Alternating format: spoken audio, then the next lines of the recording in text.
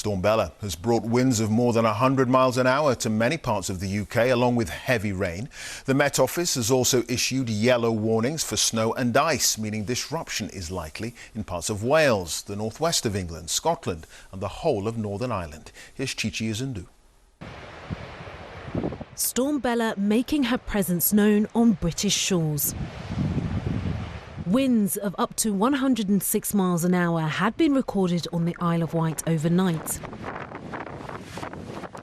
bringing down trees, causing damage to cars and homes and huts alongside Brighton beachfront. Train operators have issued warnings about delays and cancellations because of debris and flooding on the railway lines.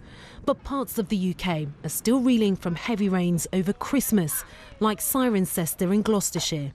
Residents trying to adapt. More than 70 homes were without power, and the Environment Agency has warned that some river levels around the country are still rising. This is Ducklington Farm in Oxfordshire, where farmer Helen's priority has been the safety of her animals. The amount of rain we've had in the last few days has made it very difficult for us. We have over 3,000 sheep and we've had to move 1,200 of them in the last 3 days. So the whole of Christmas we've been moving sheep. They're all pregnant and their welfare is our priority at the moment. But finding dry ground is almost impossible because it's just completely saturated. The Met Office had issued 3 yellow weather warnings about snow and ice in parts of Scotland, in particular the northeast, areas in the north of Wales and Northern Ireland.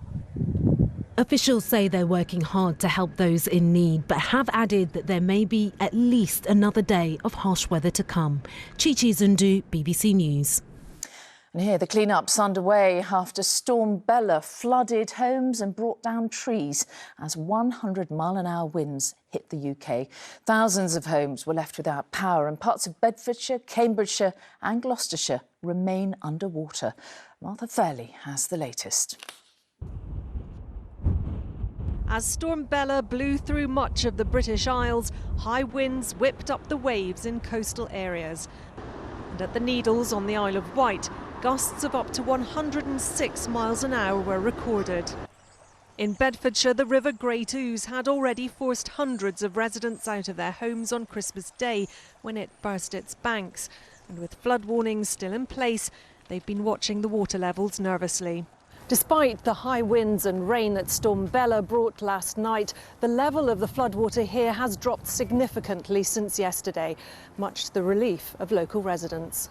I think that's where it came to this time. Not quite as high as the last time. Francis's cottage was last flooded 22 years ago. After evacuating to her sons for Christmas, she returned to find her home underwater, the family Bible among precious belongings ruined, and now a clean-up is underway. We came back for a visit and I had a job to wade through the water that was out here. It was really high, it went over my boots and filled them. And then I went back to my sons for a second night, and then today I've come home and they've done a good clear out of the living room and everything that needs dumping. Storm Bella did not bring dramatic destruction, but its impact has been widespread. For those affected, it's a miserable end to a festive season where spirits had already been dampened. Martha Fairley, ITV News, Bedfordshire.